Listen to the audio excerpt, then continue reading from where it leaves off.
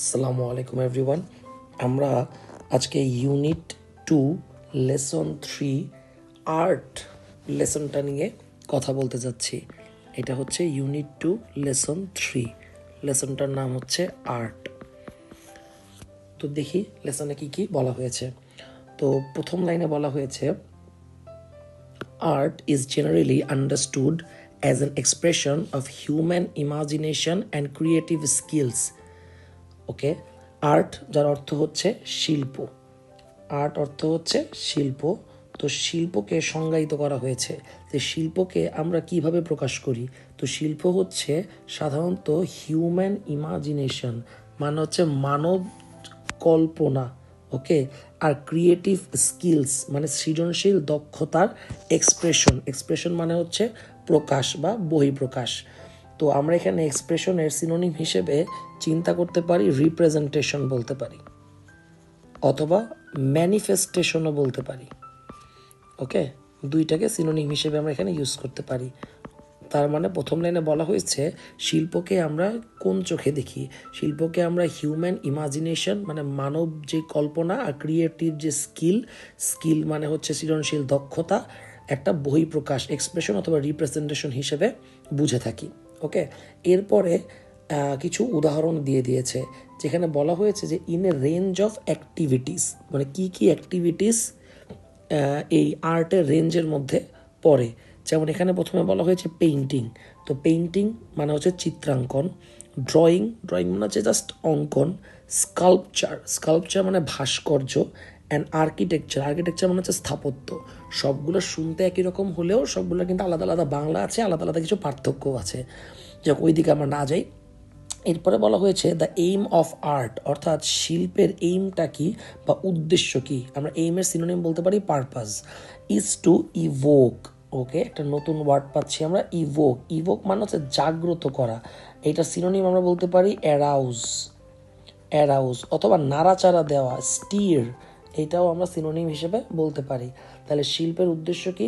শিল্পের উদ্দেশ্য হচ্ছে জাগ্রত করা। কি জাগ্রত করা? ফিলিংস মানে হচ্ছে অনুভূতি, অথবা ইমোশনস মানে হচ্ছে আবেগ। দ্যাট আর কনসিডার্ড অ্যাস্থেটিক মানে হচ্ছে নান্দনিক। অ্যাস্থেটিকের সিনোনিম আমরা বলতে পারি আর্টিস্টিক বলতে পারি, বিউটিফুল বলতে পারি। Okay, that is concerned with beauty, মানে আর্ট মানে হচ্ছে আমাদের ইমোশন বা ফিলিংসকে জাগ্রত করে তোলে। ওকে, যেটা খুবই নান্দনিক। কিন্তু এখানে একটা কিন্তু এসেছে যে art also can B A form of social commentary. এখানে বলা হচ্ছে শিল্প একটা সামাজিক মন্তব্যেরও মাধ্যম হতে পারে। ওকে, সোশ্যাল কমেন্ট্রি মানে আমরা বলতে পারি ক্রিটিসিজম, অথবা আমরা বলতে পারি অবজারভেশন। ওকে, এরপরে বলতেছে a painting of sunset over the sea, মানে সমুদ্রের উপরে যখন আমরা সানসেট দেখি, সূর্যাস্ত, সেইটার যে পেইন্টিংটা, এইটা আমাদেরকে কি করে? গ্লোরিফাই করে হচ্ছে নেচারকে। ওকে, অর্থাৎ প্রকৃতির সৌন্দর্য বা প্রকৃতির যে মহিমা, সেইটাকে তুলে ধরে হচ্ছে একটা সানসেটের ছবি ওভার দ্য সি। কিন্তু আমরা যদি এমন একটা শহর দেখি যেটা ওয়ার র্যাভেজড, অর্থাৎ যুদ্ধ বিধ্বস্ত, মানে যুদ্ধ বিধ্বস্ত, তখন সেইটা আমাদের মনে যে সেন্সটা জাগিয়ে তোলে, সেই সেন্সটা হচ্ছে অ্যাঙ্গুইশ মানে হচ্ছে, অ্যাঙ্গুইশের সিনোনিমটা লিখে দিচ্ছি, অ্যাঙ্গুইশের সিনোনিম হচ্ছে অ্যাগোনি বা স্ট্রেস বলতে পারি। ওকে, অর্থাৎ এটার বাংলা যদি বলতে চাই যন্ত্রণা বা বেদনা। ঠিক আছে, তাহলে আমি লাইনটা একটু আরেকবার বলি। এখানে বলা হচ্ছে সমুদ্রের উপরে যখন সূর্যাস্ত দেখি, আমরা সূর্যাস্তের কোনো পেইন্টিং দেখি, তখন সেইটা আমরা মনে করি যে কি সুন্দর নেচারকে আমরা গ্লোরিফাই করি। বাট আমরা যদি কোনো যুদ্ধ বিধ্বস্ত শহর দেখি, তখন সেটা দেখে আমরা বুঝে যাই যে এই চিত্রে আসলে কি দুঃখ, বেদনা বা অ্যাঙ্গুইশ বা অ্যাগনি বা ডিস্ট্রেস বোঝানো হয়েছে। গ্লোরিফাইয়ের সিনোনিম সহজ। গ্লোরিফাইকে আমরা প্রেইজ বলতে পারি, আমরা সেলিব্রেট বলতে পারি, অনেক কিছুই বলতে পারি। যাই হোক, সামনে আগাই। এরপরে কি বলা হয়েছে? এরপরে বলা হয়েছে থ্রু আউট দ্য ওয়ার্ল্ড, মানে সারা বিশ্ব জুড়ে পিপল অ্যাপ্রিসিয়েট আর্ট, মানুষ শিল্পকে কী করে? অ্যাপ্রিসিয়েট করে, এগেইন প্রেইজ করে, বা হচ্ছে আমরা বলতে পারি যে ভালোবাসে। কেন ভালোবাসে? ফর ইটস পাওয়ার, এর একটা ক্ষমতার জন্য। কিসের ক্ষমতা? To affect them in creative ways. Affect মানে প্রভাবিত করা, ক্রিয়েটিভ মানে আমরা বলছি যে সৃজনশীল উপায়। ওকে, তার মানে হচ্ছে সারা বিশ্বের মানুষ শিল্পকে ভালোবাসে কারণ এটি সৃজনশীল উপায়ে মানুষের অনুভূতিকে প্রভাবিত করার ক্ষমতা রাখে। এফেক্ট মানে প্রভাবিত করা। ওকে, আমরা এফেক্টের সিনোনিম বলতে পারি ইনফ্লুয়েন্স বলতে পারি। As the famous painter Pablo Picasso said, Pablo Picasso famous পেইন্টারের নাম, তিনি বলেছে the purpose of art is washing the dust of daily life of our souls. খুব সুন্দর একটা কথা বলেছেন। তার মতে শিল্পের উদ্দেশ্য, যে পারপাস আর এইম সিনোনিম কথা, ইজ ওয়াশিং মানে মুছে ফেলা। কি মুছে ফেলা? দ্য ডাস্ট মানে হচ্ছে ধুলো বা ময়লা, অফ ডেইলি লাইফ আমাদের দৈনন্দিন জীবনের, অফ আওয়ার সোলস আমাদের আত্মার থেকে যে ধুলাটা বেরোচ্ছে সেটাকে ধুয়ে ফেলাই হচ্ছে আর্টের পারপাস। সেকেন্ড প্যাসেজে বলা হয়েছে art in our country has a long history. Okay, মানে আমাদের দেশের শিল্পের একটা বড় ইতিহাস রয়েছে। হিস্ট্রি মানে ইতিহাস। ওকে, ইট হ্যাজ বিন প্র্যাকটিসড মানে এটাকে প্র্যাকটিস করা হচ্ছে বা চর্চা করা হচ্ছে ইন হাউস হোল্ডস আমাদের বাসা বাড়িতে, ইন দ্য ফর্ম অফ, এবার কিসের ফর্মে? তো প্রথম হচ্ছে পট্রি। পট্রি মানে হচ্ছে মৃৎশিল্প, মানে মাটি দিয়ে আর কি কাজ করা। দেন নকশি কাঁথা অর এমব্রয়ডার্ড কুইল্ট। আচ্ছা, কুইল্ট মানে কি? কুইল্ট মানে হচ্ছে আমরা বলতে পারি মানে সূচি শিল্প, মানে সুই সুতার কাজ যেটাকে বলে। ওকে, এছাড়া আলপনা or intricate.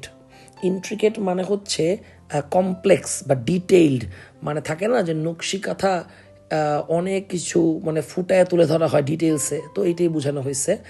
Mostly floral designs মানে ফুলের design, in rice paste done on clay yards. Okay, তো এই রাইস পেস্ট মানে হচ্ছে চালের গুঁড়া, চালের গুঁড়া দিয়ে কি করা হয়? আঁকা হয় এই যে ইন্ট্রিকেট আর ফ্লোরাল ডিজাইন, মানে জটিল আর হচ্ছে কি ফুলের আর কি ডিজাইন। তো এখানে ইন্ট্রিকেট এর সিনোনিম লিখে রাখতে পারি কমপ্লেক্স। আচ্ছা, তারপর এগুলো কোথায় আঁকা হয়? On clay yard. ইয়ার্ড মানে উঠান, ক্লে মানে হচ্ছে গিয়ে মাটি, তাহলে মাটির উঠানে। অ্যান্ড শখের হাড়ি। ওকে, আচ্ছা, তারপরে হচ্ছে পেইন্টেড আর্থেন পটস মানে মাটির পাত্র ইত্যাদি ইত্যাদি।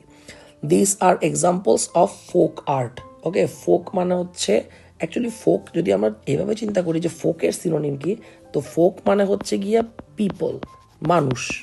ওকে, আর ফোক আর্ট মানে হচ্ছে কি, মানে মানুষের শিল্প, এটাকে আমরা বলি হচ্ছে লোকশিল্প। ঠিক আছে, তো ফোকের সিনোনিম আমরা বলতে পারি হচ্ছে পিপল বা মানুষ।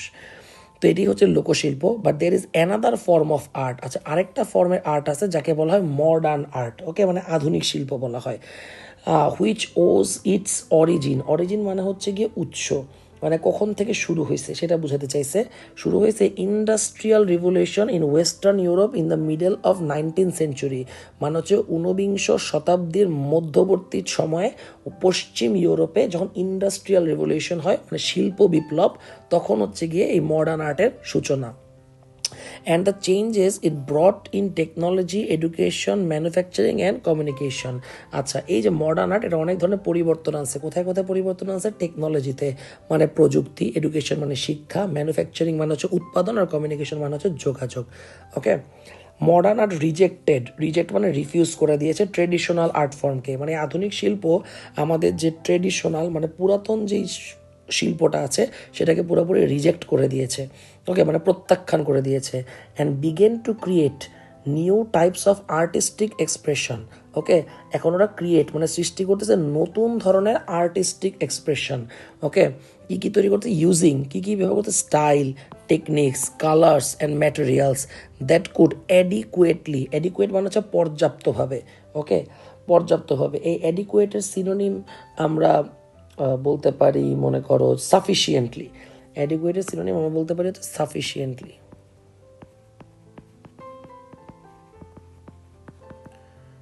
ওকে, reflect the spirit of the time. Okay, reflect মানে হচ্ছে প্রতিফলন ঘটানো। তো কি প্রতিফলন ঘটাচ্ছে? প্রতিফলন ঘটাচ্ছে